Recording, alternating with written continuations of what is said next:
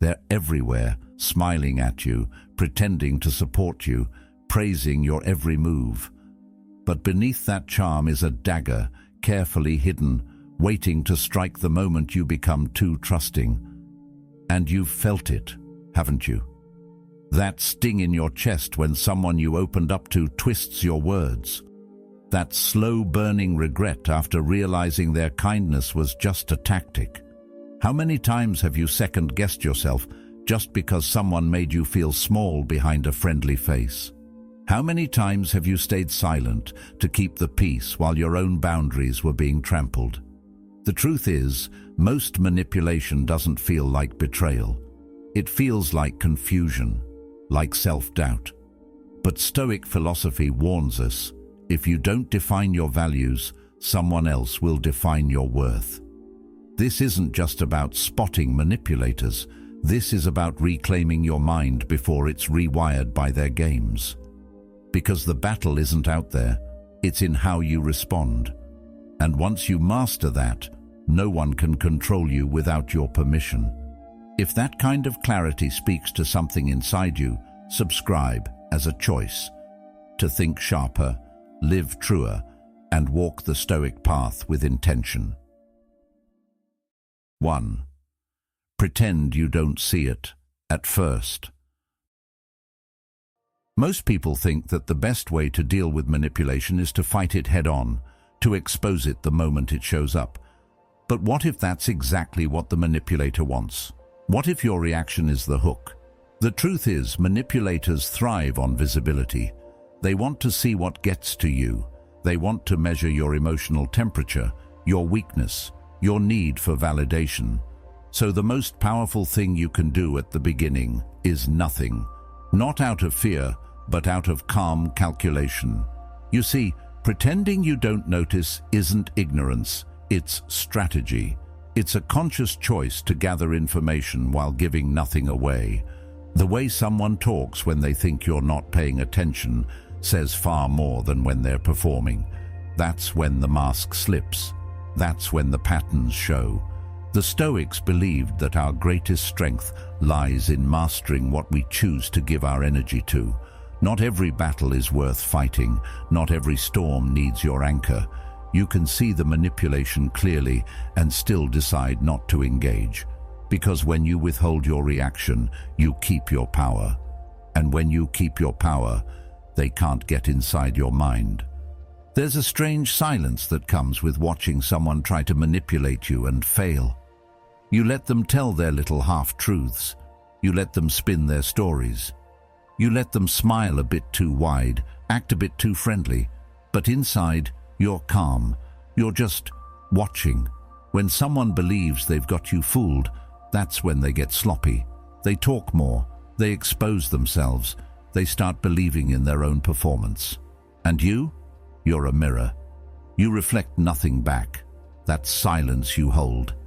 It's louder than any accusation. Because true control doesn't come from confrontation. It comes from being unshaken. Carl Jung once said, "Everything that irritates us about others can lead us to an understanding of ourselves." That irritation you feel when someone tries to play you, it's not a signal to explode. It's a signal to observe. Because the more you understand the tactics, the less you'll fall for them. You don't need to fix them. You don't need to teach them a lesson. You just need to watch until they show you who they are without even realizing it. Holding your reaction is not weakness, it's discipline. And discipline, in a world full of noise, is rare. It's not about being passive. It's about being still until movement has value. And you'll know when that moment comes. The energy in the room will shift. Their confidence will crack. Their words will stretch too far. And that's when you'll see it. The desperation underneath the performance. The need to be believed, to be validated. That's the root of manipulation. A hunger to control how others see them. But you're not giving them that power. You're not playing the role they wrote for you. You're choosing presence over panic, patience over pride. That's what Stoicism teaches. Respond with your principles, not your impulses. Most people lose the game before it even begins because they show too much, too soon. They get emotionally involved, they argue, they try to prove they're right. But manipulators don't play fair. They don't care about truth. They care about control. And every time you react, you hand them more rope to pull on. That's why strategic ignorance isn't about pretending to be dumb. It's about being smart enough not to be baited. Think about how many arguments you could have avoided if you just let silence do the talking. How many people showed you who they were when you stopped explaining yourself to them? There's a kind of peace in not needing to be understood by someone who's committed to misunderstanding you. You don't need to expose them right away. You don't need to fix the story. You just need to stay centered. It's hard though, isn't it? When you see someone spreading lies or subtly digging into your character, your instinct screams to fight back, to clear your name, to shout your truth. But here's the catch. The moment you start defending yourself to someone who already decided their version of you, you've already lost your footing. You're playing their game. You're fighting in their arena. And that's not where your strength is. Your strength is in your ability to be unmoved, to live in a way that's so rooted in truth that the lies eventually collapse under their own weight. Seneca wrote, "A gem cannot be polished without friction, nor a man perfected without trials." These moments, when someone tries to twist your image, are the friction, not to destroy you, but to reveal what kind of stone you really are. There's nothing louder than the silence of someone who sees through you and says nothing. It's unsettling. Manipulators hate unpredictability. They want you loud, emotional, defensive. That way, they can twist your reaction into proof of your guilt. But when you stay calm, when you let their words float unanswered, you take away their momentum. People start to wonder why you're so composed. They start to notice how much effort the other person is putting into spinning things. And slowly, without you doing anything, the story shifts. Not because you argued better, but because you refuse to react. That's not passivity, that's control. You learn a lot about people when you stop talking, when you stop correcting them, when you stop trying to be liked. That's when people get comfortable enough to reveal their true selves. It's a strange gift, really, watching a person unfold. The jokes they make, the way they speak about others, the inconsistencies in their stories. When you're not busy trying to win their approval, you can finally see what's actually in front of you. And sometimes what's in front of you is someone playing a very careful game. But it's okay. You don't need to call it out. Just take notes. And more importantly, don't forget how it made you feel. Your emotional response is a compass, not for reacting, but for guiding your boundaries moving forward. Not every manipulator is malicious. Some are just deeply insecure. Some don't even realize they're doing it. But that doesn't mean you should tolerate it. Stoicism isn't about letting people walk over you. It's about choosing your battles and protecting your peace. You're not ignoring to be nice. You're ignoring to stay aligned with your values. And when you live by values instead of emotions, you become incredibly hard to manipulate, because nothing they do can shake what you've already built inside.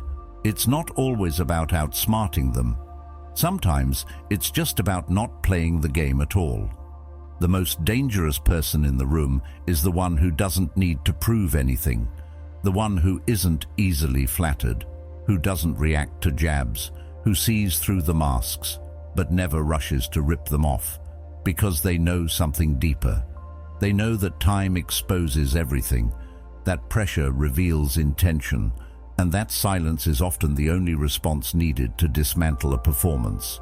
So the next time someone tries to bait you with sweet words and sharp edges, pause. Don't react, don't explain, don't feed the fire. Just notice, feel, watch. And in that stillness, let them show you everything you need to know. Because once you've seen it clearly, you'll never unsee it again. And that clarity, that's the beginning of freedom, not just from them, but from the part of you that used to need their approval. You are not here to dance for someone else's comfort. You are here to live in truth, in presence, and in peace. And sometimes the only way to protect that peace is to pretend you don't see the chaos until you're ready to walk away from it completely. 2. Let their words echo into silence. There's a strange discomfort that fills the room when you don't react the way someone expects you to, especially a manipulator. They speak with a certain rhythm, a certain cadence, designed to pull you in. They know which words to use to poke at your insecurities, to trigger a sense of guilt or urgency. But what they don't expect, what unnerves them more than any argument, is your silence. That pause, that stillness. Because silence doesn't confirm anything, it doesn't agree, it doesn't resist, it just exists. And in that space, they begin to squirm. You see, manipulators are artists of control. Their brush is your reaction, their canvas is your face, and when you give them nothing to paint on, they're left standing there, holding their tools with nowhere to go.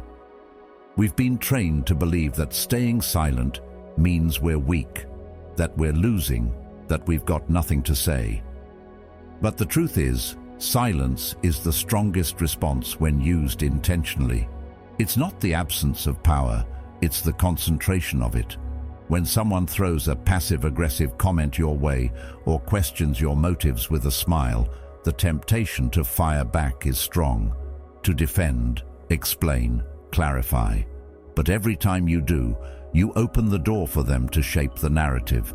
They pull you into their rhythm, and the longer you stay there, the more they spin. But silence, that's your reset button. It's how you step out of their storm and stand in your own calm.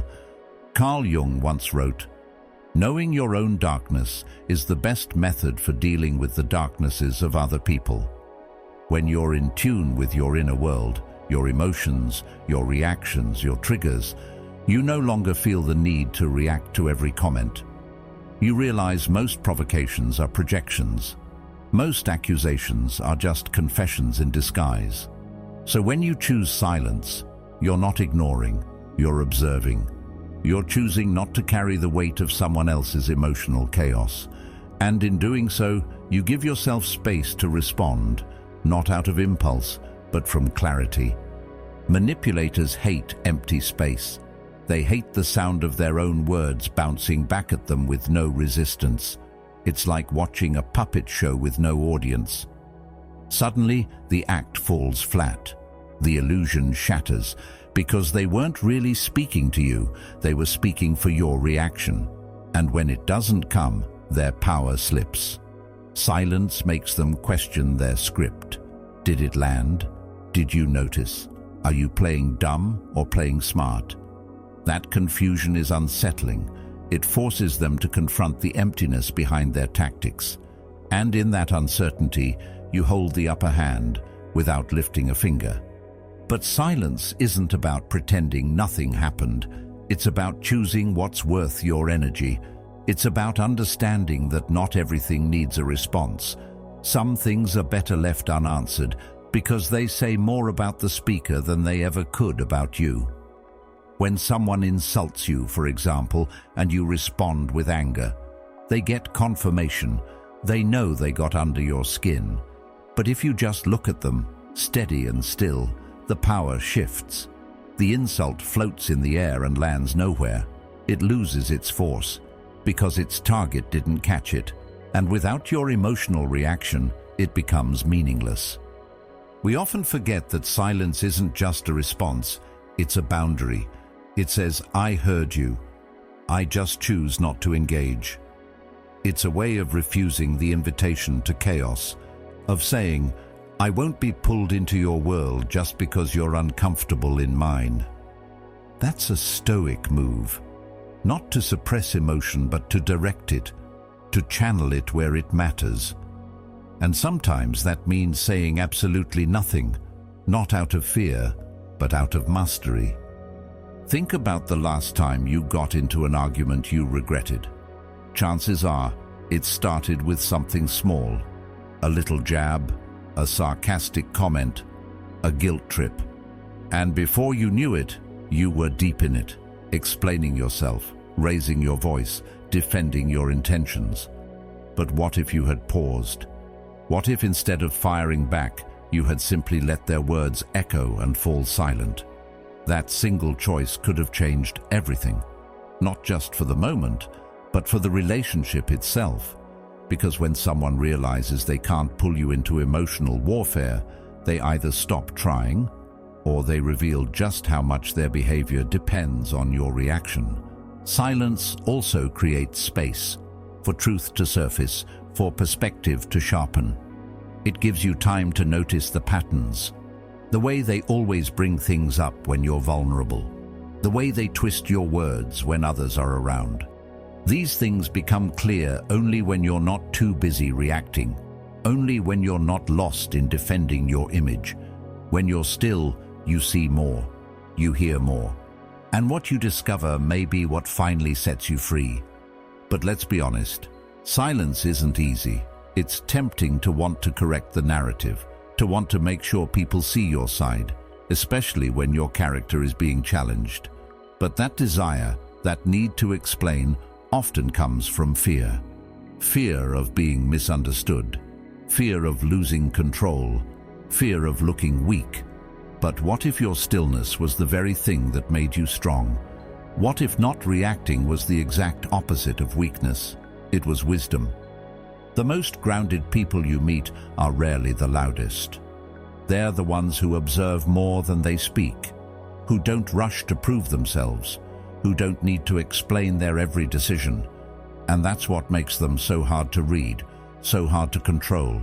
Manipulators rely on predictability, but silence disrupts the pattern. It makes them unsure. And that uncertainty is powerful. It places the pressure back where it belongs, on them.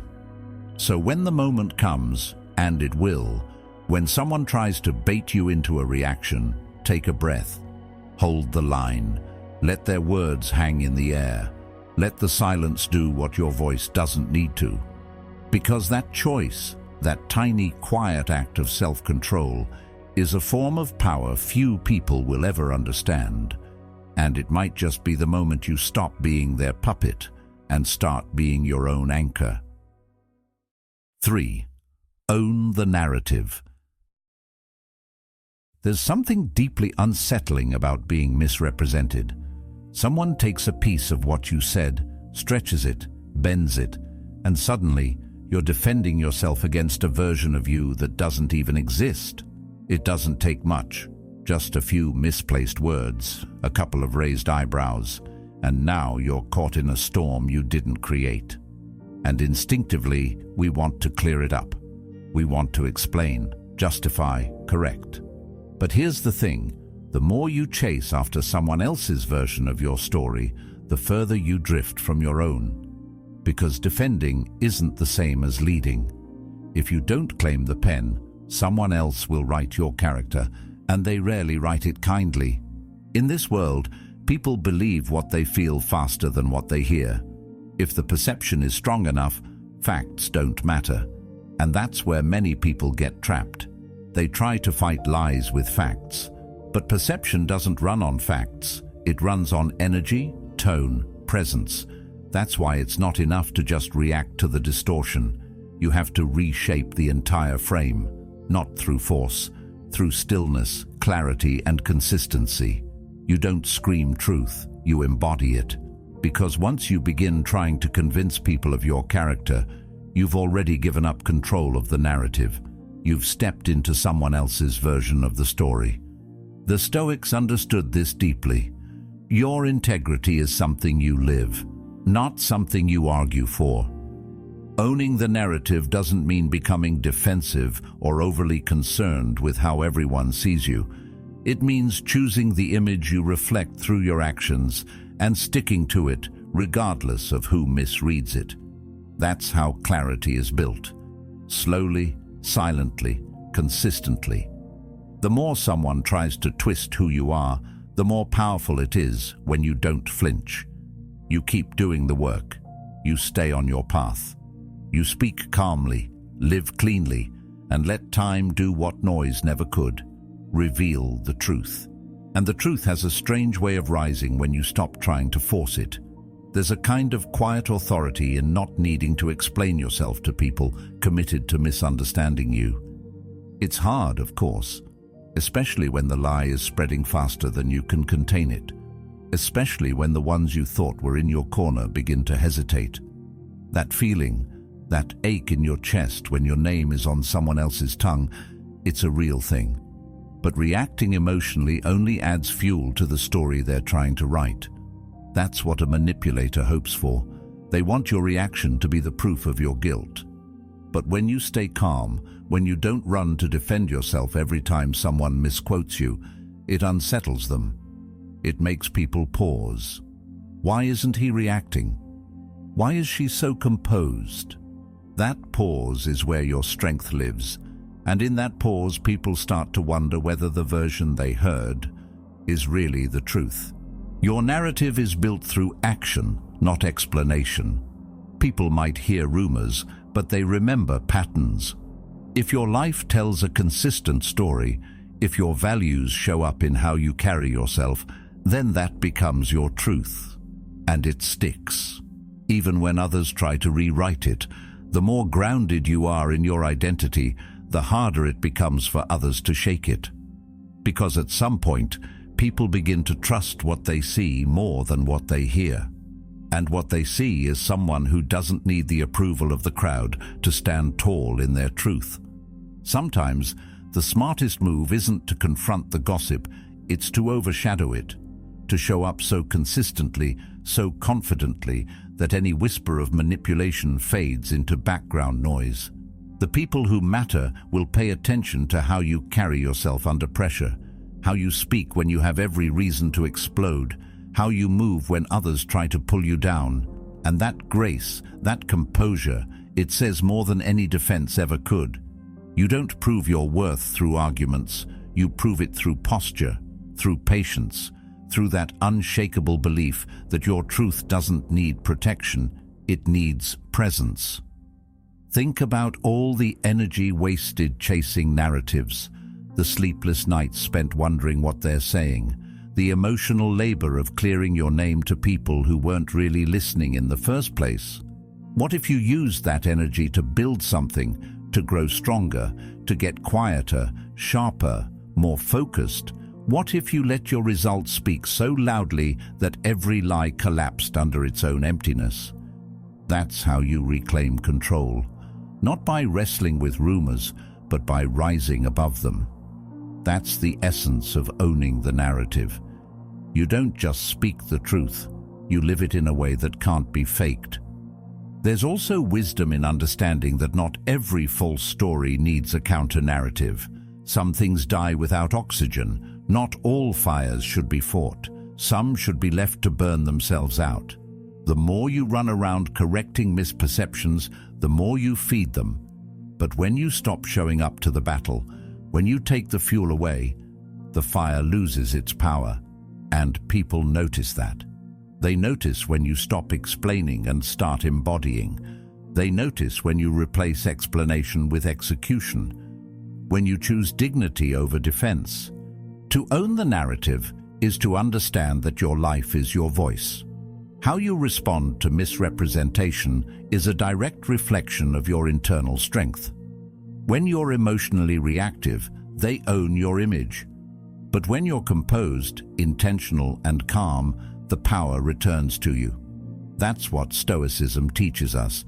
Not to be indifferent, but to be disciplined. Not to suppress, but to choose carefully what deserves your energy. Because at the end of the day, you don't control what people say. You control what you say, what you do, what you build. And the more you focus on building something real, the less time you'll have to worry about stories written by people who don't even know the full picture. That's the cost of staying true to yourself. Not everyone will get it. But that's okay. Because the ones who matter won't need to be convinced. They'll feel it. And when they do, the lies won't matter anymore. The story will belong to you. 4. Divide the circle without saying a word. Manipulators rarely work alone. They thrive in groups, alliances, unspoken circles of power and loyalty that operate just beneath the surface. Their strength doesn't come from being loud. It comes from the whispers, the shared glances, the carefully placed seeds of influence that make others question their own loyalties without even realizing it. It's not always the words that are dangerous. It's the tone, the implication, the silent cues. And once those circles are formed, they start to feed on each other. They reinforce the manipulator's game without needing to be told what to do. That's why confronting a manipulator directly often fails. They've already built their safety net. But even the strongest alliance becomes fragile when uncertainty creeps in. When one thread unravels, the whole web begins to loosen. There's no need to attack. You don't need to expose anyone. That only invites more resistance. The smarter path is to become the unseen disruptor. Slowly, without a word, shift the balance. Make them question what they thought was solid. Compliment one member of the group more than the others. Ask about their opinions privately. Give the impression that not everyone is getting the same version of you. Not because you're being dishonest, but because you're forcing them to think for themselves. And once that thinking starts, the silence inside their group gets loud. Jealousy is subtle. It doesn't need a spotlight. All it needs is a small imbalance, just enough to make someone wonder, why them and not me? These small moves don't create chaos on their own, but they allow the existing cracks to expand. Manipulators often build alliances on shallow foundations: flattery, fear, mutual enemies. When you inject a bit of tension, those foundations start to show. People begin to talk less, trust less, and eventually they begin to look out for themselves. That's when the manipulation loses its momentum, because no manipulator can thrive in a space where their own circle starts watching each other more closely than they watch you. Epictetus said, "If you want to improve, be content to be thought foolish and stupid." In this context, it reminds us that being underestimated is powerful. When others are busy keeping up appearances, you're free to observe, to influence from a position of calm detachment. Insecure people always search for validation, and manipulators rely on that. They weaponize people's need to belong, to feel favored, to feel safe within a group. But if you introduce just a hint of doubt, if you withhold just a little of your approval from the group dynamic, it breaks the spell. People start to feel uneasy. They stop relying on each other the way they used to. The energy shifts. That silence between messages, that odd look across the room, that moment of hesitation when someone agrees too quickly, those tiny moments compound. Not because you said anything dramatic, but because you said less than usual, and they noticed. The trick is to never look like you're trying to divide. You don't need to whisper anything toxic or plant fake stories. That's not what this is about. It's about controlling your presence and letting your energy become more selective. When people don't feel sure about where they stand with you, they reveal more of who they really are. They ask more questions. They start paying attention. And that attention turns inward, toward their group. They start analyzing the behaviors of the people they once trusted. The manipulator's influence begins to crack, not because you confronted them, but because you stepped back just enough to let the room rebalance itself. This kind of quiet disruption requires emotional discipline. It's tempting to want to point fingers, to call things out, especially when you can see the manipulation so clearly, but that's exactly what they want. They want you to be the one who snaps, who exposes, who looks unstable. That makes it easier for them to tighten their grip on others. But if you can resist that urge, if you can stay composed while others chase control, you begin to reclaim the room without ever having to raise your voice. You don't break the circle by shouting at it. You break it by making it uncomfortable to stay in. As time passes, things start to shift naturally. People drift. They start seeking out different conversations. The manipulator feels it first, even if they don't show it. That tight little circle they built doesn't feel as safe anymore. Questions start to linger. Did someone say something? Is someone pulling strings? But they can't point to anything. That's the beauty of it. You never had to accuse. You never had to defend. You just made the environment less fertile for manipulation to grow. There's something deeply powerful about being the one in the room who doesn't need validation, who doesn't play for attention, who doesn't try to be liked by everyone. That presence, that quiet confidence, naturally disrupts the dynamics built on insecurity. People start noticing that you're not flattered easily, that you're not as available as before, that your words carry more weight because you use fewer of them. And in contrast, the manipulator begins to look a little too eager, a little too rehearsed. You don't have to say it out loud. The difference reveals itself. And if you hold your ground long enough, people start coming to you, not for gossip, not for drama, but for clarity. They'll ask subtle questions. They'll test your response. And when they see that you don't engage in manipulation or fuel conflict, they begin to trust your silence more than others' noise.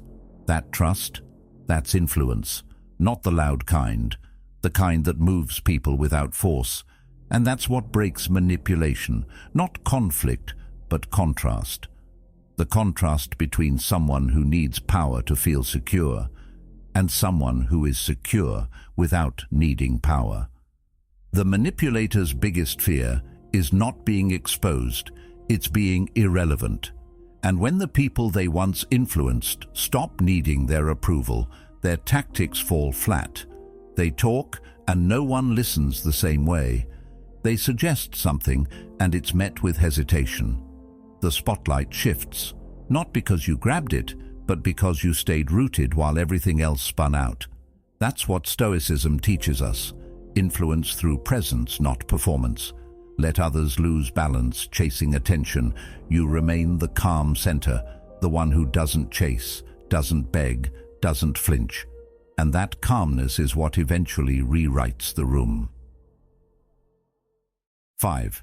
Show the cracks, don't point at them.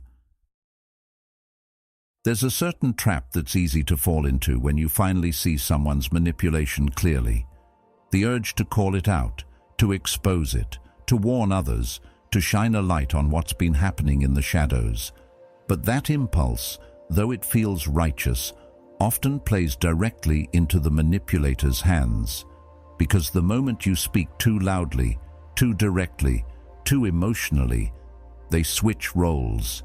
They become the misunderstood one, the victim, the one being attacked by someone who's suddenly looking a bit too intense, a bit too reactive. And just like that, the room shifts. Doubt settles in, and you're no longer the person trying to bring truth. You're the one who looks unstable. That's why pointing doesn't work. It rarely convinces. But revealing? That's something else entirely. A manipulator survives on their ability to appear innocent. Their strength lies in their presentation, the mask, the timing, the well-placed words. So when you try to rip that mask off with your own hands, they make it look like you're the one doing harm. That's why the smarter move is not to accuse, but to observe out loud, to notice things, to ask thoughtful questions. Isn't it strange how this only comes up when she's not in the room? Didn't he say the opposite last week? These aren't attacks. They're small mirrors, and mirrors don't lie. They just reflect. The key is staying composed. You don't need to convince anyone of anything. You don't need to be the messenger of ultimate truth. All you need to do is offer subtle clarity where confusion once lived. Manipulators work in shadows. When you gently open the blinds, people begin to see for themselves. And people rarely change their minds because you told them to. They change when they begin to feel a gap between what they're being told and what they're starting to sense. That feeling grows stronger when your tone is calm, your words are precise, and your presence is grounded. The louder you are, the more defensive others become. But if you ask a calm question that highlights a contradiction, you plant a seed that grows quietly inside them. It might not sprout immediately, but it will, eventually. Carl Jung once wrote, "The most dangerous things are not our enemies, but the parts of ourselves we refuse to acknowledge." The same is true in how we relate to others. Most people don't want to admit they've been misled. They don't want to see that someone they liked or admired was using them. So when you point too directly, you confront not just the manipulator, but the ego of everyone else involved. And the ego doesn't let go easily. That's why your goal isn't to tear down the mask. It's to let it crack on its own. And cracks form when reality and illusion begin to diverge too far to hold the same shape. There's an art to letting people draw their own conclusions. It takes patience. It takes restraint. It takes trusting that truth doesn't need to shout to be felt. When you bring up inconsistencies in a gentle tone, when you stay emotionally neutral, you allow the facts to do the work for you. You don't create drama. You don't look like you have an agenda. You simply hold space for the truth to become too obvious to ignore. Over time, people start to notice patterns. They remember moments that didn't make sense at the time. They revisit past interactions with a new lens, and once they start connecting the dots, they begin to see what was always there, but hidden in plain sight. That's when the real shift happens. Not when you force them to choose sides, but when they begin to question the story on their own. Because people hate being manipulated, but they hate being seen as gullible even more. And when they start to suspect that someone has been playing them, they become their own detective. They pay closer attention. They ask more questions. And slowly, the manipulator finds the ground under their feet becoming less stable. Not because you attacked, but because their own narrative stopped holding up under pressure. It's important, too, to understand your role in this. You're not there to destroy anyone. You're not the judge or the enforcer. You're just the one who sees. And that's powerful enough. You can change the entire dynamic of a room by being the only one who isn't fooled, who doesn't react, who doesn't give in to the performance. That kind of presence makes people feel safer. It invites reflection, not conflict. And in that reflection, things start to shift. The more you try to control how others see the manipulator, the more resistance you meet. But the less you try, and the more you just speak clearly, ask carefully, and live honestly, the more others start to feel the disconnect between truth and performance. You don't need to chase trust. You just need to become a reference point of honesty.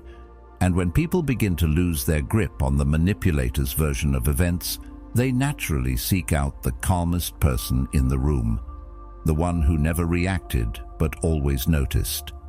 Even if it takes time, even if the shift is slow, it's real, and it's lasting, because once someone sees the crack, they can't unsee it. The illusion only works when it's whole. Once it's fractured, it falls apart with every repeated performance.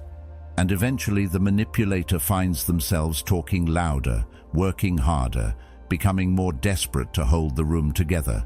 That's the irony. In trying to maintain their control, they reveal their desperation. And the very people they once influenced begin to step back, not because they were told to, but because they finally see what you saw all along.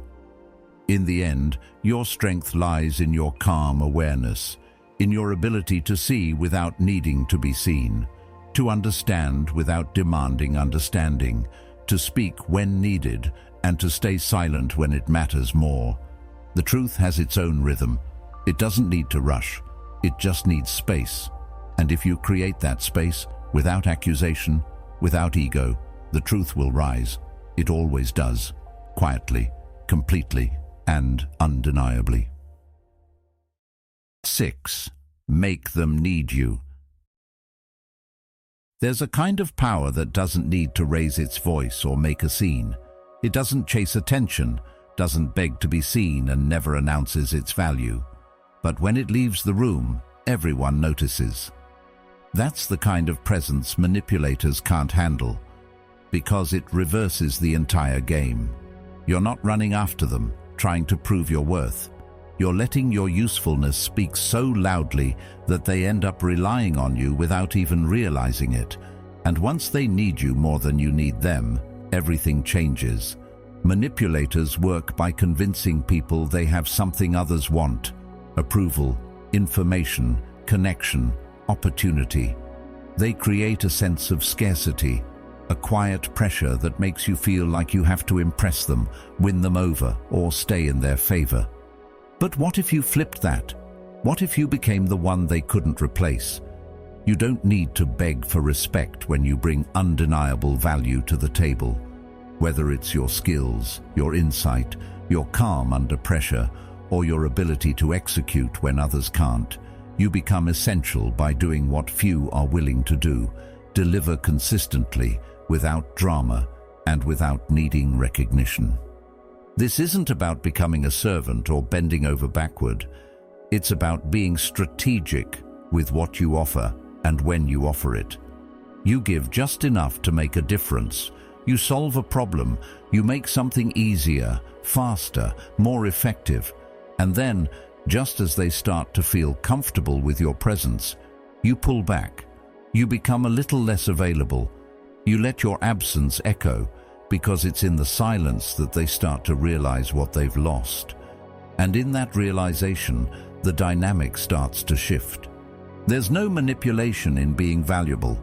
In fact, the more grounded your intentions are, the more powerful this becomes. You're not trying to trap anyone. You're simply letting your discipline and competence speak for themselves. And that's exactly what Stoic philosophy teaches. True strength isn't in how loud you speak, but in how well you carry yourself. Marcus Aurelius wrote, "Waste no more time arguing what a good man should be. Be one that's the foundation. Let your actions build the leverage, not your words, not your arguments, just your quiet consistency." When someone becomes dependent on you, not emotionally but functionally, because you help things work, because you solve what others complicate, they begin to overlook your silence. They excuse your distance. They tolerate your boundaries. And ironically, the more centered you stay, the more room they give you. You create a gap between how they treat others and how they treat you, because suddenly they know what they stand to lose. That doesn't mean you become cold or transactional. It means you choose when to show up fully. You choose how much to give. You learn the power of pacing, of offering just enough value without becoming a crutch. That's where control lives. Not in dominance, but in balance. Not in always being present, but in knowing the precise moment to step away. Manipulators can't hold on to people they don't understand. And when you become unpredictable, not in a chaotic way, but in a composed, intentional way, they can't read you. And what they can't read, they can't control. It's a strange thing, watching someone shift from dismissive to dependent. One day they're overlooking you. The next, they're waiting for your input, needing your insight, circling back for your approval. But you're not rushing to give it. You're not being rude. You're being measured. You show up with calm energy. You contribute when it makes sense. And when your work is done, you disappear without noise. That silence speaks louder than anything else. It says, "I don't need you to need me." But you do. And that imbalance, that's where the manipulation starts to crumble. Because the truth is, manipulators are drawn to people who want something: attention, connection, validation. That desire is the thread they pull on. But when you remove that desire, when you no longer need anything from them, they have nothing to leverage. And if you reverse the flow, if they start to need what you provide, the thread slips out of their hands. They can't push your buttons if they don't know where they are. They can't withhold approval if you're not seeking it. They can't play hot and cold if you've already found your own temperature. You become the calm in the storm, the steady presence they try to predict. And when they realize they can't replace you, they get quiet. Not out of respect, but out of uncertainty. Because in their world, people compete for attention. They chase proximity. But you walk your own path, and if they want access, they have to adjust to your pace. That's not arrogance. That's ownership of your time, your energy, your presence. You offer it like a gift, not a transaction. And that alone creates a dynamic few manipulators can survive. What's even more powerful is what happens when you pair that usefulness with detachment, when you provide value not because you want to be liked, but because it's who you are. And then, when your work is done, you step back with no explanation, no emotional follow-up, just quiet exit. That space, your absence, forces reflection. It makes people realize the weight you were carrying, the things you did that they didn't notice, and most of all, the stability you brought into the environment. That's when they come looking. That's when they reach out.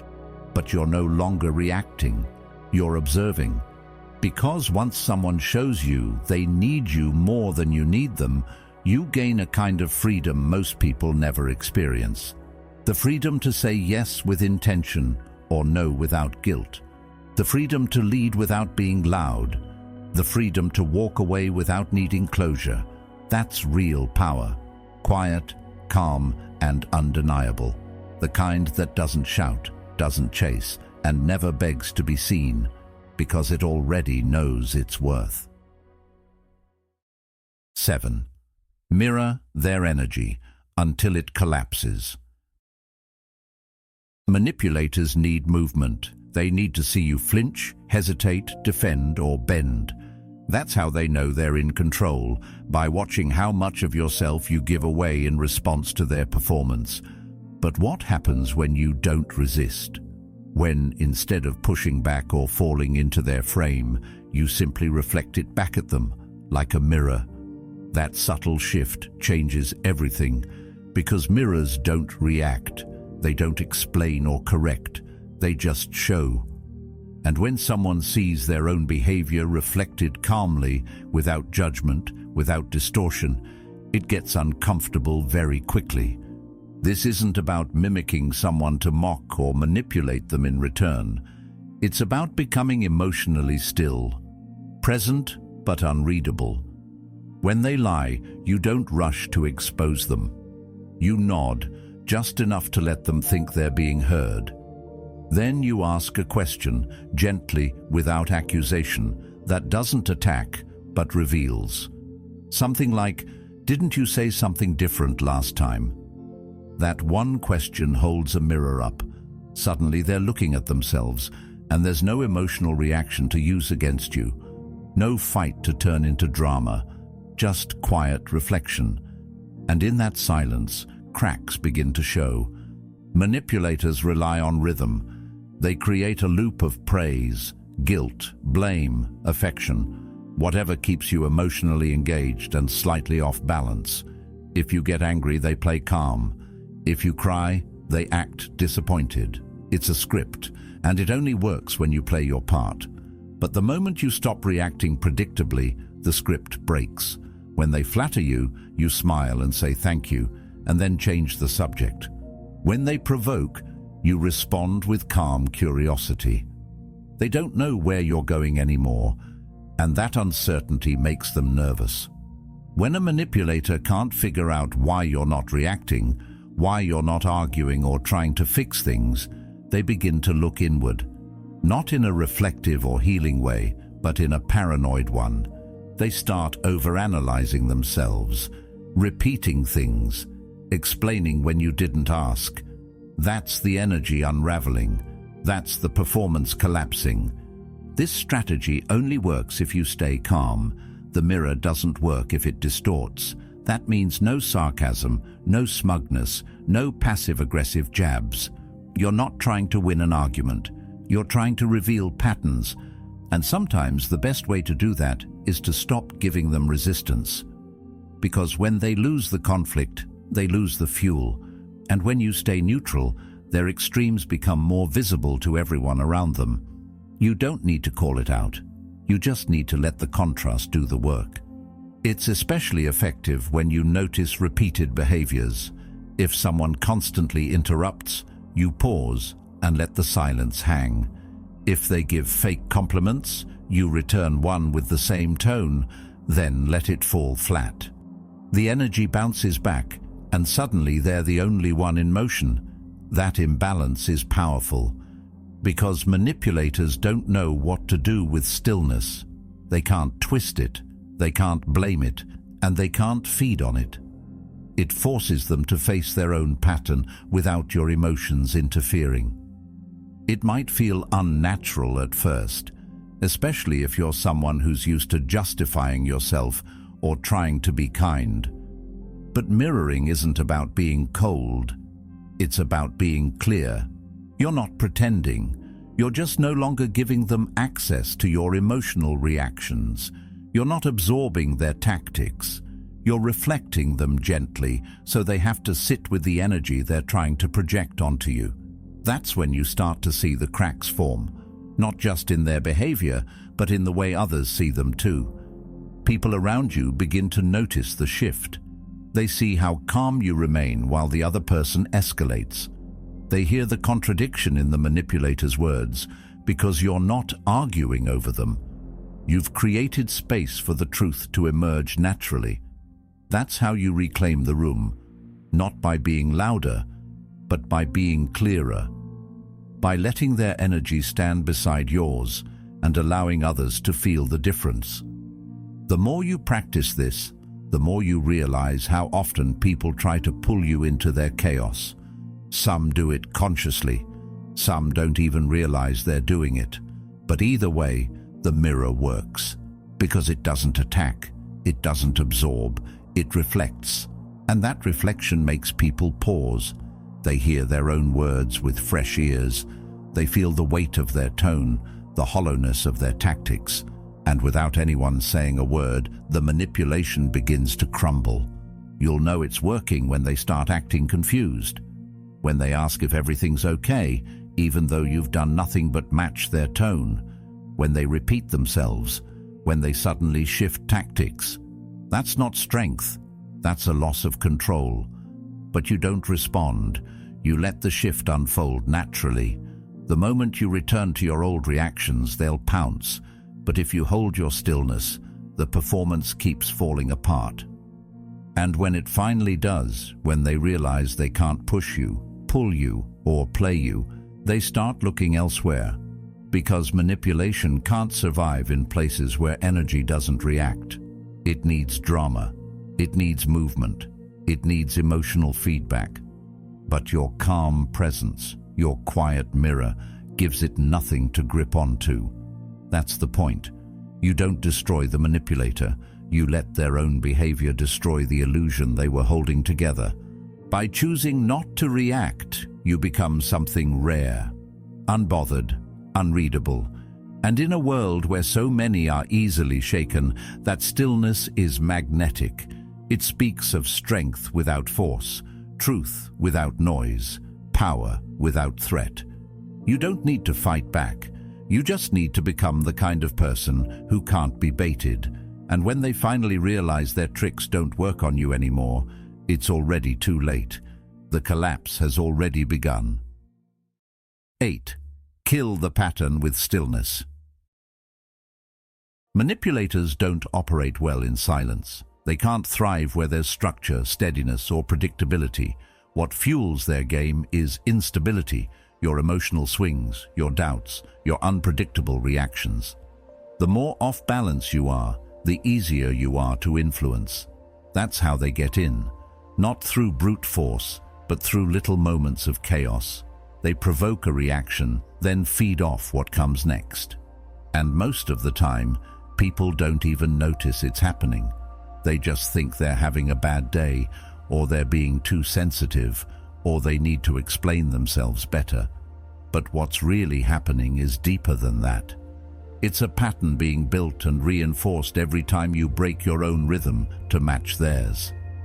The moment you bring stillness into that chaos, the pattern starts to crack. Stillness doesn't mean inaction. It doesn't mean silence out of fear.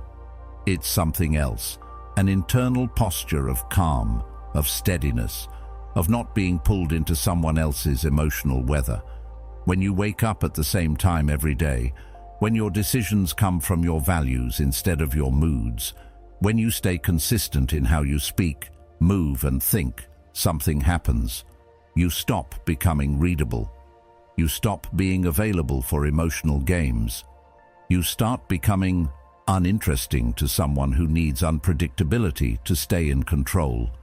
Routine may sound dull, even robotic to some, but for those who understand its power, it becomes a shield. A grounded life isn't a life without feeling. It's a life with direction. When you have direction, you're not as easily swayed by guilt trips, passive aggression, or emotional bait. That text you would have responded to immediately. You don't now, not because you're avoiding it, but because your time is already directed somewhere else. That jab that once triggered you into over-explaining, it now passes through you without landing because you've seen it before and you're no longer pulled into the same reaction loop. Carl Jung once said, "Until you make the unconscious conscious, it will direct your life and you will call it fate." Patterns don't break by accident. You have to see them, name them, and then refuse to feed them. And that requires discipline, not just once, but daily. Every time you choose to stay on your path instead of stepping into their drama, you cut off the oxygen supply that keeps their manipulation alive. You stop playing the game. And eventually, without resistance to feed on, they lose interest. Not because you pushed them away, but because you gave them nothing to hold on to. Stillness is uncomfortable for manipulators because it leaves them alone with themselves. They can't twist your words if you're not talking. They can't escalate a conflict if you're not reacting. They can't create emotional leverage if you're not offering your emotions as currency. You strip away their favorite tools, surprise, confusion, emotional swings, and replace it with rhythm, clarity, and peace. And peace is the one thing they can't handle, because peace requires accountability, and accountability reveals intention. You'll know you're killing the pattern when things start feeling boring, in the best way. The drama feels unnecessary. The anxiety fades. The overthinking softens. You no longer replay conversations in your head trying to figure out where things went wrong because you didn't get pulled off course. You didn't abandon your center. You stayed aligned. And that alignment gives you a power that doesn't need to speak loudly. It shows up in how little access people have to your emotional temperature. They don't know what you'll say next, not because you're unpredictable, but because you're unshakable. It's not easy to live this way, especially if you've been trained to accommodate others at the cost of your own peace. But once you begin building this internal routine, this quiet rhythm that guides your life, you start to feel how much you've been giving away in the form of reaction. You start to see how many of your decisions were based on avoiding discomfort rather than following clarity. And when that realization hits, you can't go back. You don't want to go back, because the strength that comes from inner structure is more valuable than any momentary victory in an argument or emotional game. There's a quiet kind of authority in a person who can walk into chaos and not be moved by it. Someone who doesn't need to defend, doesn't need to match the energy in the room, doesn't even need to win. They just keep doing what they've always done, show up clear, act with purpose, speak with intention. Over time, that steadiness becomes a mirror. It reflects the noise back at those who create it. And when they see themselves through your calm, they either adjust or they leave. Not because you pushed them out, but because there's no chaos to attach to anymore. The goal isn't to become cold, it's to become consistent. The kind of person whose peace isn't easily disturbed, the kind of presence that changes the temperature of a room just by entering it, not through control, but through example. Manipulators look for cracks, they test boundaries, they probe for weak spots. But when all they find is discipline, when they realize you respond the same on a bad day as you do on a good one, they begin to understand there's nothing for them to twist. Stillness isn't passive, it's deliberate. It's built through repetition. It's what happens when you stop waiting for others to set your tone and start building your own. And once you find that tone, once your days start running on purpose instead of reaction, you become someone who's no longer interesting to play with. You become too calm to provoke, too structured to confuse, too focused to control. And slowly the pattern dies, not with a fight, not with a loud confrontation, but with silence, predictability, and the kind of strength that doesn't need to prove itself. Keep waking up early, keep doing the work, keep showing up the same way, no matter who's watching. And when the chaos returns looking for a place to land, let it pass. Not because you're avoiding life, but because you've finally built one that doesn't need to react to everyone else's. And in that life, manipulation has no room to survive. It simply fades, because you no longer make space for it. 9. Build a fortress, not a cage. Manipulators don't just target individuals, they study environments. They look for weak links, not just in people, but in dynamics. That's why a strong person surrounded by instability can still be brought down. It's not about how disciplined you are in isolation. It's about the kind of space you build around you, the people you let in, the energy you tolerate, the conversations you entertain. If your environment is scattered, dramatic, or built on shallow connections, it becomes fertile ground for someone who knows how to stir conflict and feed off division. That's why the wisest thing you can do is not just strengthen yourself, but fortify the space you move in. A manipulator won't walk into a room full of grounded people and announce their intentions. They'll test the waters, say something vague, drop a subtle jab, offer a compliment that doesn't feel quite right, and then they'll watch. Who laughs? Who stays quiet? Who joins in? They're looking for cracks in the foundation. People who need validation, people who want to be liked, people who struggle with boundaries, because that's where they begin to weave their influence. And once they find that opening, it spreads. One word at a time, one conversation at a time, until the group shifts little by little into a place where truth feels like confrontation and silence feels like suspicion. That's why it's not enough to just avoid toxic people. You have to become intentional about the soil you plant yourself in. Are you surrounded by people who hold themselves accountable, who speak clearly but kindly, who can handle conflict without turning it into chaos? Because if not, you'll always be on edge, never because of what's said, but because of what's constantly implied, manipulated, or misunderstood. Stoic philosophy teaches us to guard our peace not just in moments of solitude, but in the spaces we choose to belong to. You don't need 100 voices around you. You need a few steady ones, the kind that don't flinch when truth is spoken, the kind that don't shift depending on who's in the room. Building a fortress isn't about becoming rigid or cold. It's about setting a standard. It's about deciding what kind of energy you're available for and making that clear without having to constantly explain yourself. You don't need to convince anyone to respect your boundaries. You just have to enforce them consistently, and those who can't handle that distance will remove themselves. That's the filter. The ones who stay, that's your circle. Not because they agree with everything you say, but because they understand what it means to stand beside someone who doesn't play games. Carl Jung once noted that loneliness does not come from having no people around you, but from being unable to communicate the things that seem important. That's the tragedy of a weak environment. You could be surrounded by people and still feel alone, still feel like your clarity is too much, your truth too sharp, your silence too heavy. But the right people, those who are doing the work, who are aware of their patterns, who are not afraid to name things for what they are, those people create a space where manipulation cannot survive. Because there's no need for masks in rooms that value honesty. A strong environment won't always be peaceful, but it will always be clear. Arguments might happen, disagreements might show up, but they won't turn into blame games or gossip sessions. They won't linger in the shadows, poisoning relationships quietly.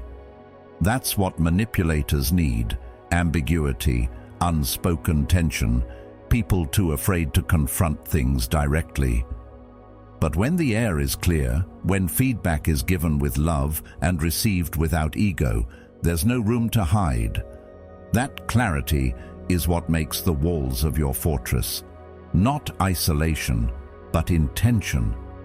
You start to feel the shift when conversations become healthier, when you don't have to watch your every word, when you know that even if someone misunderstands you, they'll come to you, not go around you.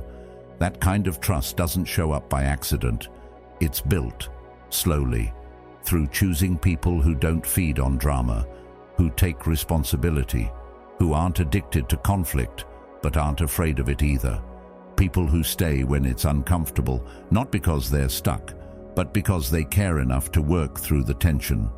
It might mean walking away from certain crowds.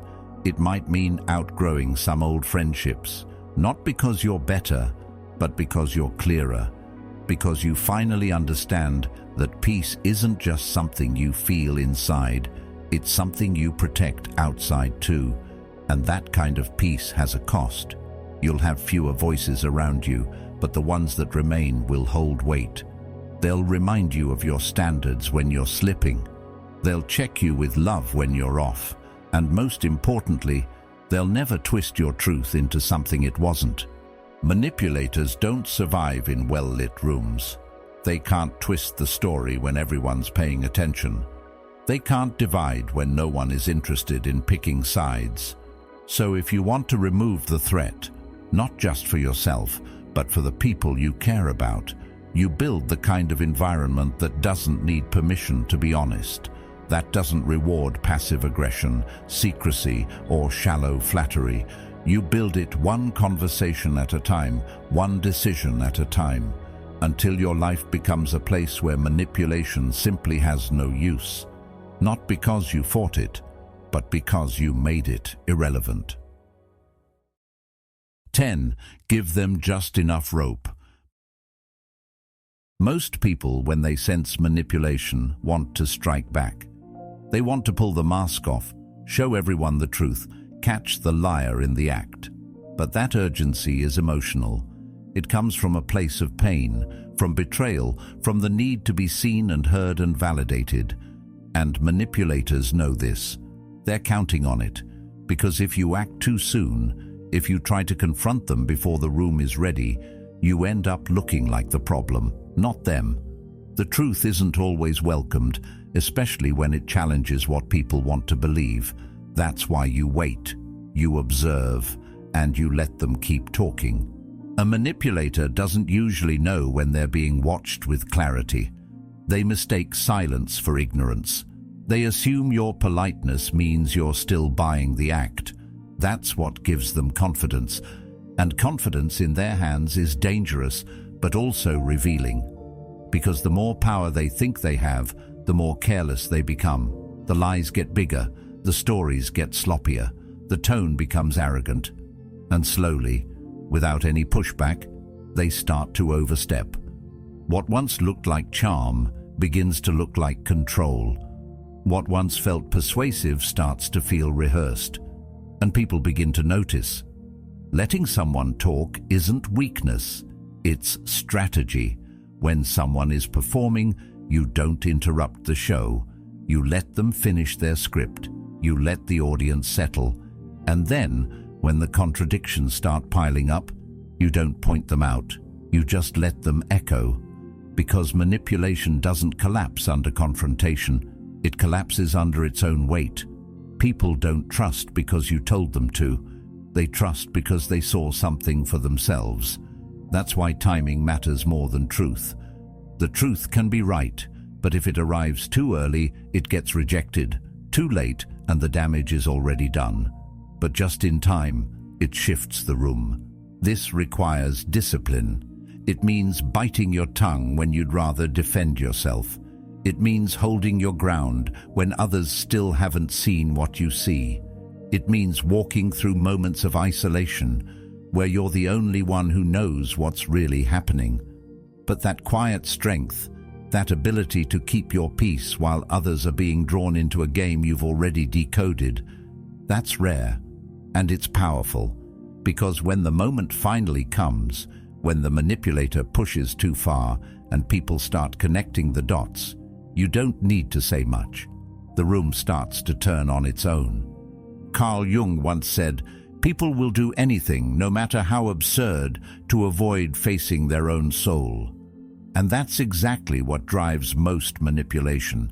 It's not always malice, it's avoidance, a refusal to be seen for who they are. So they create stories, roles, versions of themselves that can keep people close without ever revealing what's underneath. But the thing about pretending for too long is that it gets exhausting. The cracks start to show. And when no one rushes to fix those cracks, when no one reacts or reassures or takes the bait, they widen.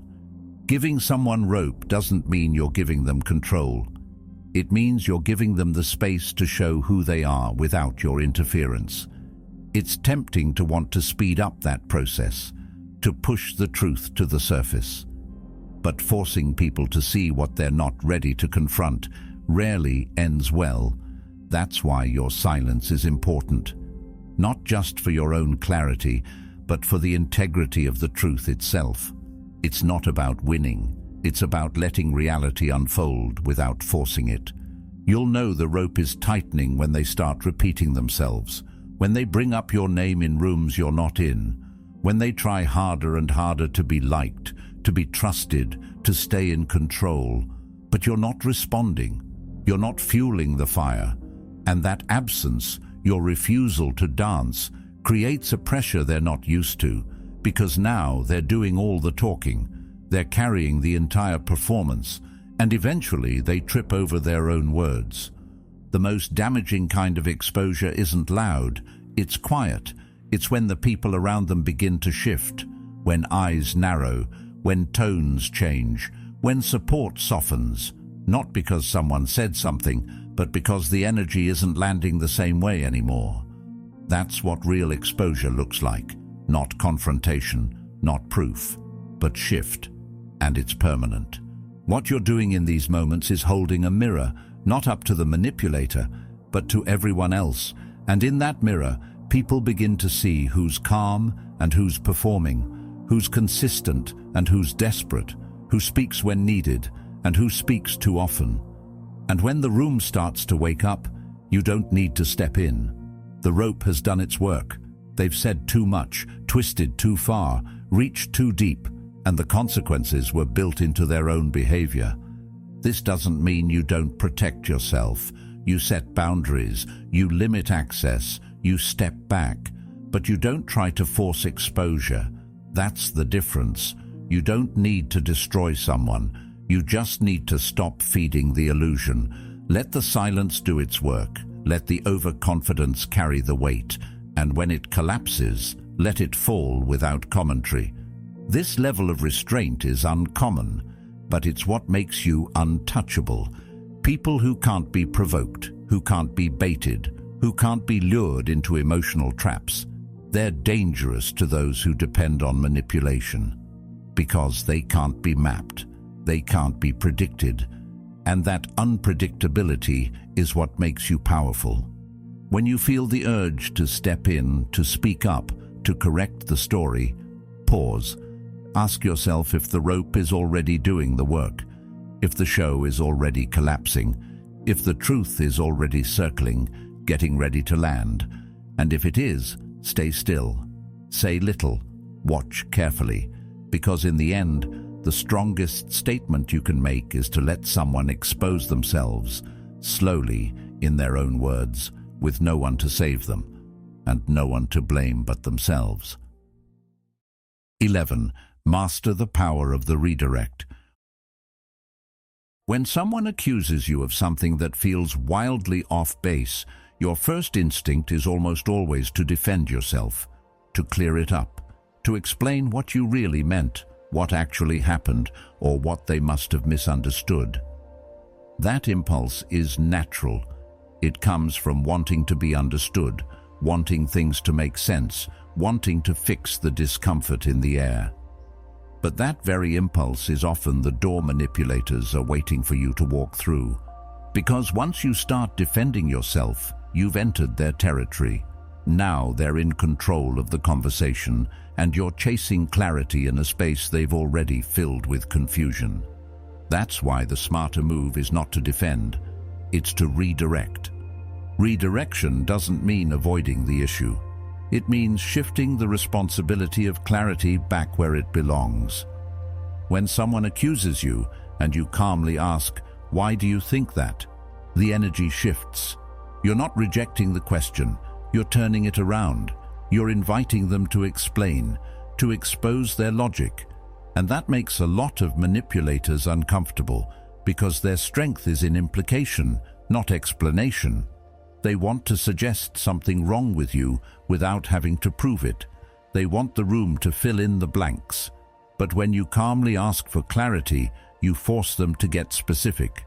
And the more specific they get, the harder it becomes to twist the narrative. It's a subtle move, but it's powerful. You're not matching their emotion. You're not meeting fire with fire. You're just standing still, with a calm voice and a steady gaze, and asking them to walk themselves through their own accusation. That alone can be enough to make them hesitate, because now they have to slow down, they have to think. And manipulators don't thrive in slow, thoughtful spaces. They thrive in speed, in chaos, in emotional turbulence. They throw things at you hoping you'll stumble. But if you pause, redirect, and hold your ground, they're left dealing with the weight of their own words. The things others try to project onto you often say more about them than you. That's why redirecting is so effective. It puts the focus back on where the accusation came from, not in an aggressive way, not as a trap, but as a way to bring things into the open. And when things are open, they're harder to manipulate. Clarity ruins confusion, and confusion is where most manipulation hides. It's not just about protecting yourself from false accusations. It's about setting a new rhythm in the conversation, one that's based on logic, not emotion, on calm reflection, not panic. And once you set that rhythm, you'll be surprised how quickly the tone changes. The person accusing you now has to shift their posture. They have to either get honest or get out, because your lack of reaction offers no fuel. You're not arguing, defending, or pleasing. You're just calmly requesting clarity. Sometimes you'll get silence in return. Sometimes you'll get a long circular answer that goes nowhere. And sometimes they'll double down, hoping to shake you loose. But the beauty of this technique is that it works best when you say less. When you ask one question, then wait. When you don't rush to fill the silence. When you don't get pulled into their tempo. That waiting is where your power is, because it exposes the gap between accusation and truth. And the longer that gap hangs in the air, the more people around you begin to feel it too. You're not trying to win, You're trying to hold the standard. And the standard is this: if someone wants to make a claim about your character, your actions, or your intentions, they should be able to back it up. They should be able to stand behind their words with clarity and confidence. And if they can't, then maybe it wasn't truth to begin with. Maybe it was control dressed as concern. That's why redirection doesn't feel aggressive, but it lands deeply. Because it doesn't fight back, but it doesn't bow down either. It stands still. And manipulators are used to movement. They're used to provoking a chase. But when you stop running, when you stop chasing validation, they're left standing in their own discomfort. That discomfort is often the beginning of the end of their strategy. This approach also trains you to be more emotionally disciplined. You start noticing how often people say things just to get a reaction. How accusations aren't always about truth. They're often about power. And once you see it, you can't unsee it. You start using questions more than statements. You listen more than you explain. And in doing so, you become someone who's not easy to rattle. Someone who doesn't panic when tension rises. Someone who redirects instead of reacts. It takes practice. In the beginning, you'll still feel the urge to explain. You'll feel your body tense up, your thoughts rush, your need to fix things spike. But the moment you choose a question over a defense, everything slows down. And that slowness, that controlled pace, is exactly what manipulative people can't stand. Because they lose their grip when you don't match their energy, when you invite them into yours instead. Over time, people learn that they can't twist your emotions, that you don't play in ambiguity, that you value clarity over comfort, and that reputation protects you. People begin to notice who can stand still when things get messy, who keeps their voice steady, who asks the right questions instead of launching into long explanations. And slowly, the environment around you changes, not because you fought everyone, but because you mastered the redirect, because you showed that calm doesn't mean passive and stillness doesn't mean weak. It means you know where your power is and you're not afraid to use it. 12. Become tactically unavailable. Most people are addicted to being available, always online, always answering, always explaining. And in that constant access, they unknowingly surrender control. Manipulators thrive in that space. They watch your patterns, they measure your habits, and they test the doors you never lock. They learn exactly when to text you, exactly how to ask, and exactly how long it takes before you cave. But the moment you break that rhythm, even slightly, they begin to lose their grip. Because what they crave more than anything is predictability, and what threatens them most is silence they can't interpret. Being tactically unavailable doesn't mean becoming distant, cold, or detached from life. It means being deliberate with your energy. It means stepping out of the game they're trying to play before you even sit at the table. Not answering immediately, not showing up to every little drama, not being the predictable source of attention, advice, or reaction. This subtle unpredictability is powerful because it shifts the dynamic. You're no longer the person they can rely on to be pulled into their orbit.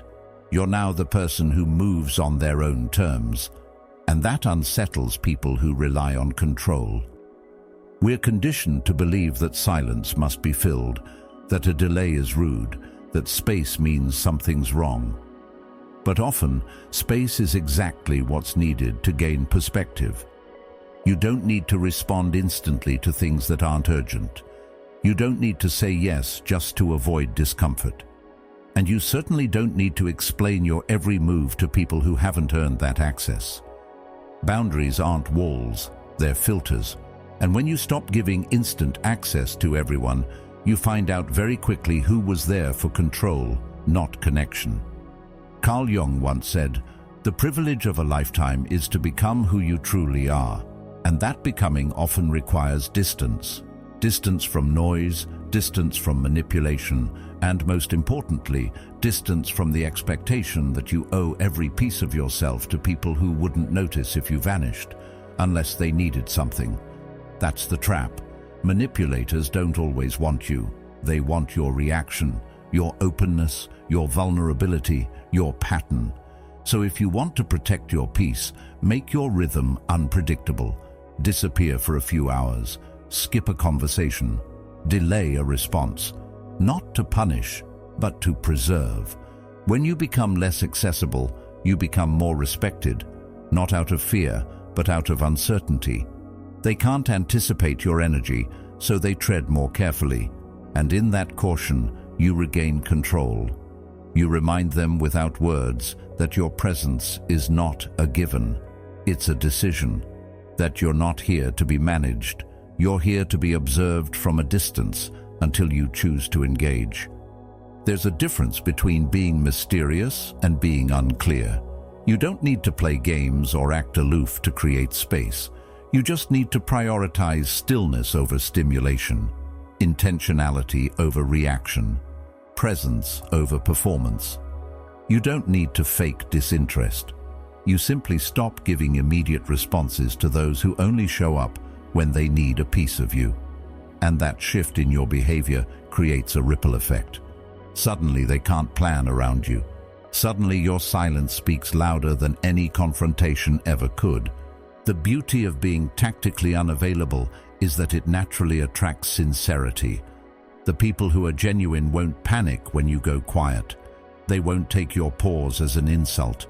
They'll respect your timing because they have their own. But the manipulators, they'll flinch, they'll press, they'll guilt, they'll escalate. That reaction tells you everything. It tells you they were never interested in your well-being, just in your availability. And that truth is freeing.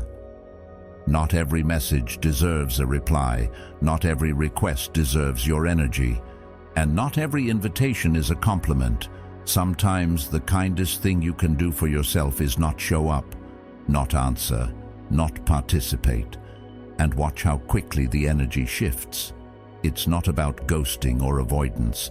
It's about creating a sacred space between your peace and their need for control. You step back just enough to see clearly, but not so far that you lose the strength to respond if it ever becomes necessary. When you show people that you're not desperate for attention, they start to question why they are. When you show that your time has value, they start to realize how much of theirs they've wasted on tactics. You don't have to explain it. You don't have to make a grand statement. You just have to quietly reallocate your focus toward yourself, your purpose, your path. And when you do, the noise fades. The strength in this approach lies in the calmness it creates. You're no longer performing. You're no longer adjusting your mood to fit theirs. You're not watching the clock, waiting to be summoned. You're living, moving, breathing at your own pace. And manipulators who rely on urgency, on immediacy, on drama, they don't know how to follow you there. That distance, that unavailability, that's not disconnection, that's power. Being unavailable isn't about being better than anyone. It's about being better to yourself. It's about refusing to live on someone else's emotional schedule.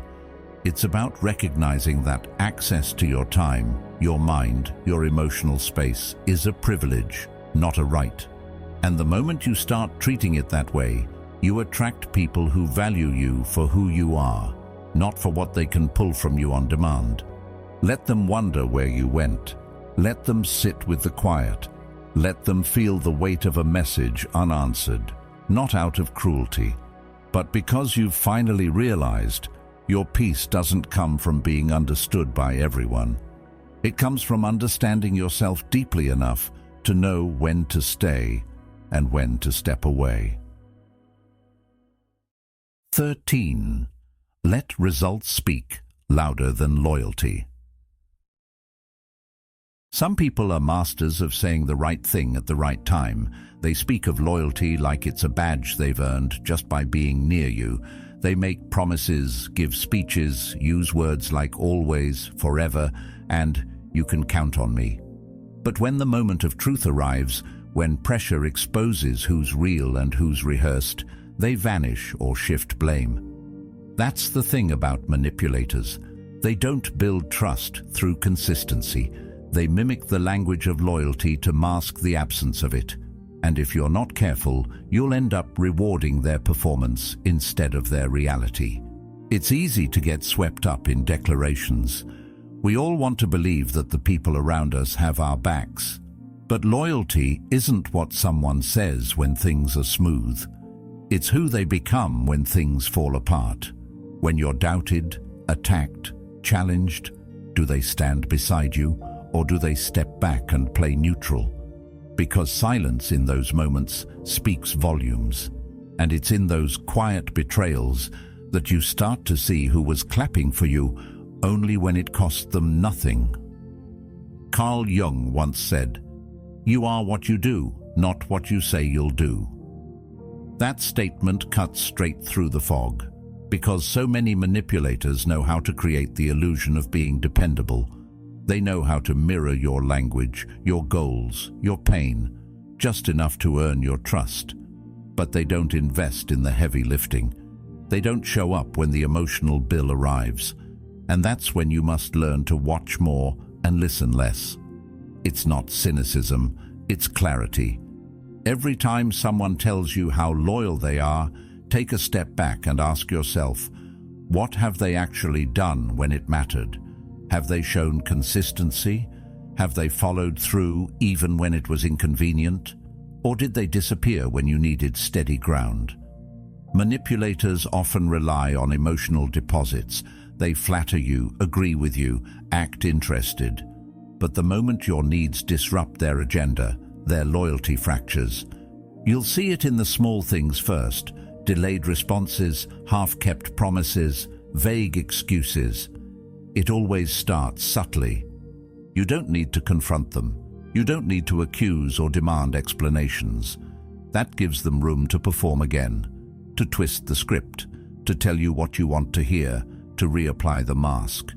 What you do instead is you shift your attention from their words to their track record. That's where the truth is. Did they come through when it mattered, not when it was easy? Did they stay steady when doubt entered the room?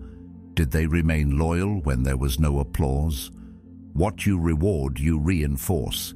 So if you keep praising the performance, you'll keep attracting actors. If you keep honoring words over action, you'll keep surrounding yourself with people who rehearse instead of commit. And over time, that drains you. Not just emotionally, but psychologically, because deep down, you begin to question your own instincts.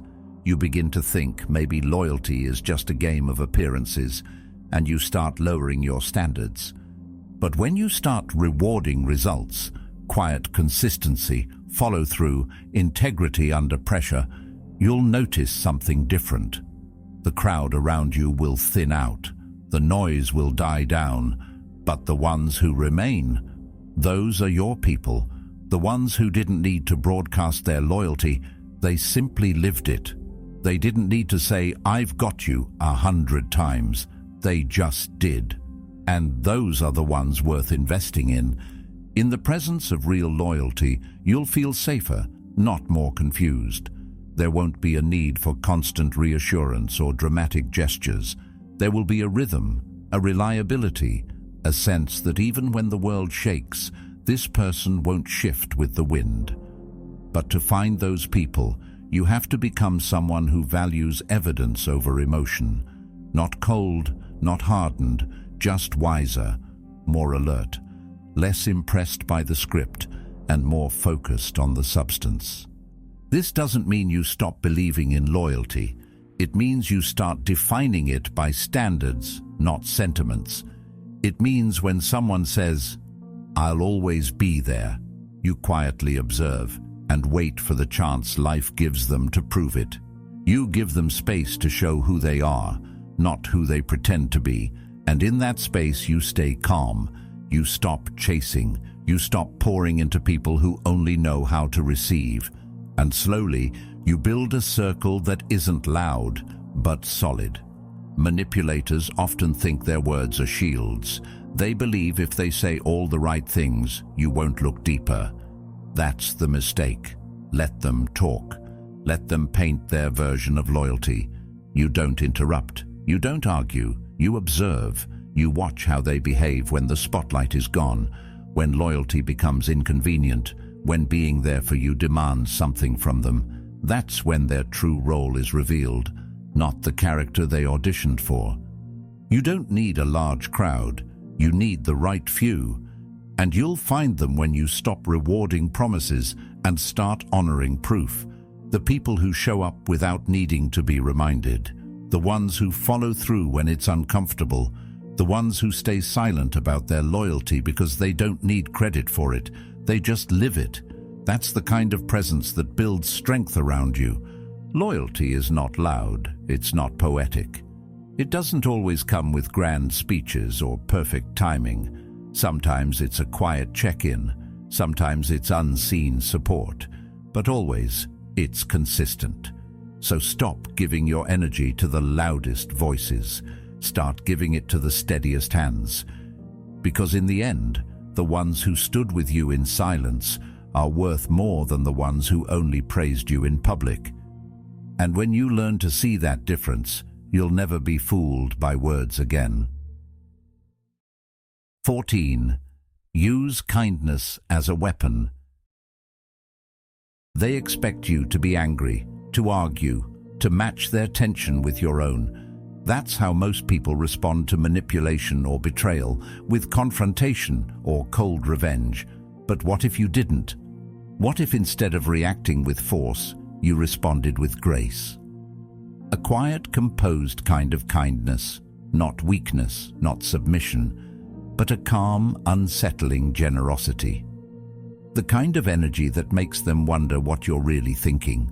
Because when someone expects war and receives warmth, they lose their footing. They don't know which script to follow anymore. And that's where your power begins. Most manipulators thrive on predictable reactions. They bait you with drama, hoping you'll explode. They feed on defensiveness. They want to see you flinch, lose your cool, or strike back. Because once you do, they regain control. But when you answer manipulation with poise, when you smile and stay generous, not in a naive way but in a calculated one, it fractures their rhythm. They're left scrambling, trying to adjust to a game they can no longer control. You've stepped off the chessboard and started playing by your own rules. That's far more dangerous than any loud retaliation. This isn't about pretending to be kind. It's about choosing your emotional response with surgical precision. There's an art to giving just enough kindness to disarm, just enough warmth to seem open, while keeping your inner world untouched. It's not fake, it's intentional. And it leaves people confused. They thought they had you figured out. They thought their behavior would bring out the worst in you. But instead you greeted them with silence wrapped in respect, with clarity wrapped in grace. And now they're left wondering if maybe they misunderstood you or underestimated you. And when you meet hostility with calm, it's not just about exposing others, it's also a powerful mirror for yourself. You realize how much you've grown. You realize how little control others actually have over your emotional state. That realization is liberation. It's not kindness for the sake of approval. It's kindness as a calculated move, a sign that you are no longer reactive, no longer driven by the chaos they tried to pull you into. You're not giving them kindness because they deserve it.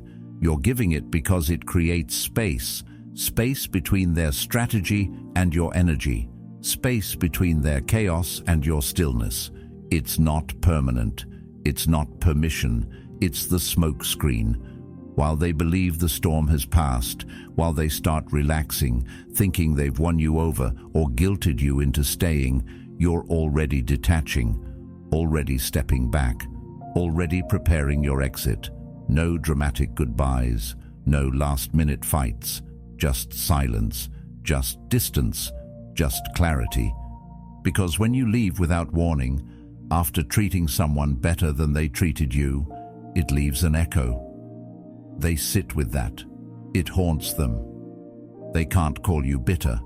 They can't call you unstable. They can't blame you for burning bridges, because there was no fire, just an empty room where you once stood. And that's what breaks them. Not your revenge, not your anger, but your calm withdrawal. It forces them to confront their own behavior without distractions. And that is something most manipulators aren't built to survive. But make no mistake, this form of kindness is not about forgiveness. It's not about turning the other cheek endlessly or being a doormat. It's about self-possession. It's about emotional discipline. You're not handing over power, you're reclaiming it quietly. You're using kindness as camouflage, as a cloak, as a way to exit clean, without debt, without mess. You leave with your dignity intact, your energy preserved, and in that process they lose something far more important than an argument. They lose access, because access is the real power. Who gets your time, your energy, your presence? Manipulators thrive when you feel the need to explain yourself, when you argue, when you defend your decision to walk away. But when you've been kind the whole way through, when you've offered calm responses and quiet dignity, your exit requires no justification. It becomes untouchable, unchallengeable. It speaks louder than any accusation. And what they're left with is silence that demands reflection. You see, most people expect relationships, whether personal or professional, to end with noise, with anger, with chaos, with accusations. But when you end it with kindness, you take away their story. You remove the drama they would use to protect themselves from facing the truth. And without that story, all that's left is the mirror. A mirror that shows them how deeply they failed someone who only ever showed grace. And if they try to reach out again, if they come back, trying to test the waters, your stillness becomes the message. You don't engage, you don't reopen wounds. You've said everything you needed to say through your behavior, through the kindness you offered, through the absence you created. You don't chase closure, you don't demand recognition. You simply live forward, grounded, calm, untouchable. That's the beauty of this strategy. It's quiet, but not passive. It's kind, but not weak. It's strategic, but not cruel. It's the highest level of emotional control, to respond with presence when provoked, and to exit with peace when wronged. This is not about being nice for approval. This is about choosing a higher weapon, one that doesn't destroy, but exposes, and in exposing, reveals the truth. Kindness, when wielded with precision, reveals who is real and who is not. It reveals who is grounded and who is chaotic. And most importantly, it reveals who you've become. You no longer give people the power to disrupt your inner world. You no longer reward drama with attention. You no longer waste your breath trying to prove your worth to people who only understand control. You let them think they've won. You let them feel safe. And then, without venom, without vengeance, you walk. You disappear from the stage, and they are left speaking lines to a character who no longer exists. That is the art. That is the weapon. Kindness, not for them, but for your own freedom.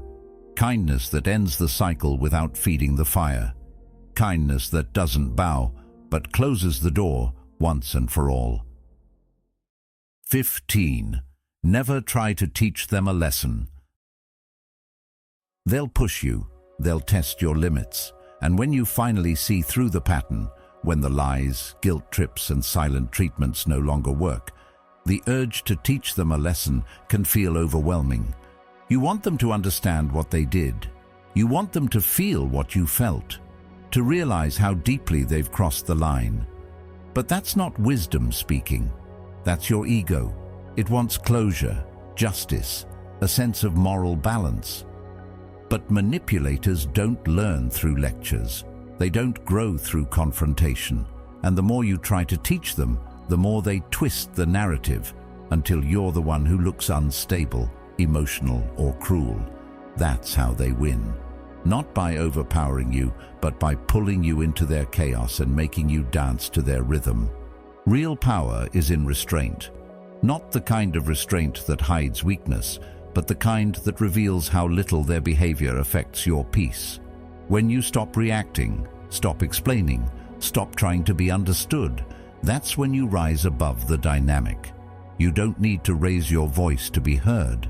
You don't need to point out their flaws for them to feel the consequences. Silence does the job better. Distance speaks louder. Absence becomes the loudest statement you can ever make. It doesn't scream, it echoes. Epictetus said, "It's not what happens to you, but how you react to it that matters." And when you choose not to react, not to teach, not to correct, you protect your energy. Manipulators don't operate in silence. They thrive on reaction, on emotional highs and lows, on being the center of your focus, whether through love or hate. But when you go quiet, not cold, not bitter, just still, they begin to lose their grip. Their control weakens not because you fought back, but because you stopped playing altogether. Teaching someone a lesson assumes they care enough to learn. It assumes they have the self-awareness to reflect. But manipulation is rarely driven by ignorance. It's calculated, repeated, polished.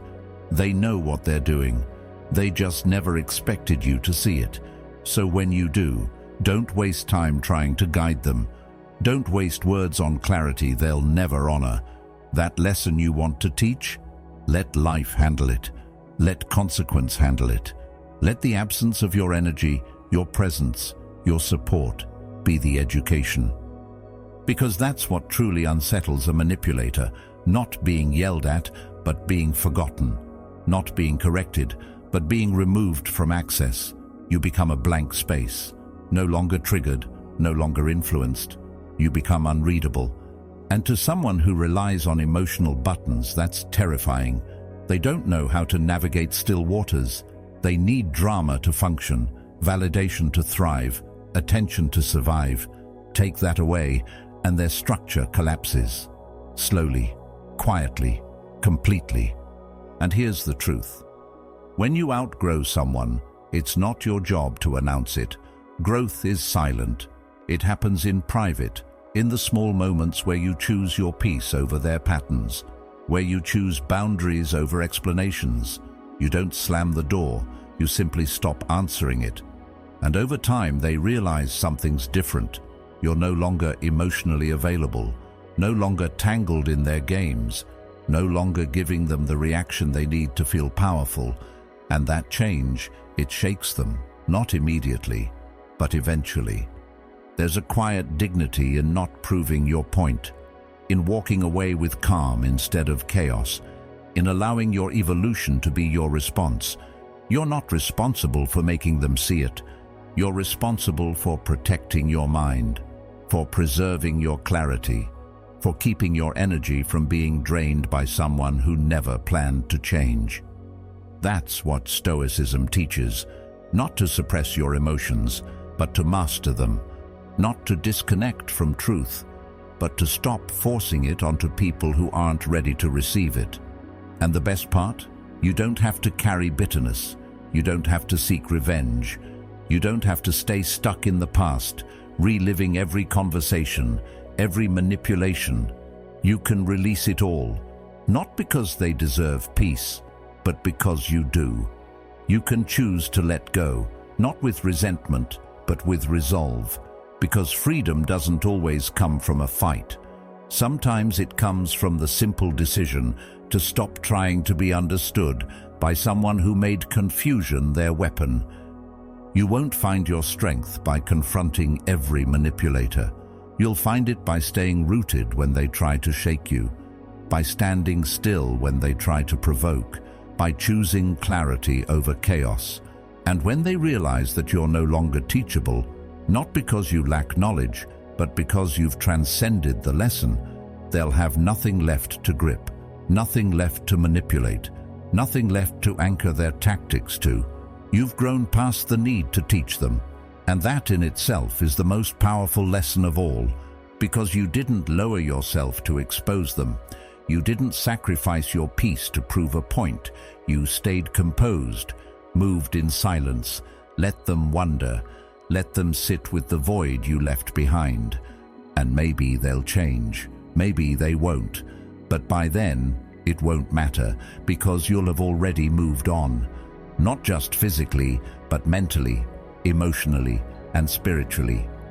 You didn't just walk away, you evolved, and that's the kind of transformation no manipulator can follow. Growth doesn't roar. It doesn't demand to be seen. It simply leaves, quietly, completely. And when you choose peace over power plays, you don't just escape manipulation, you reclaim yourself. If this message spoke to something deep within you, watch the next video on the screen. It was made for minds like yours. And thank you truly for being a part of Stoic Journal.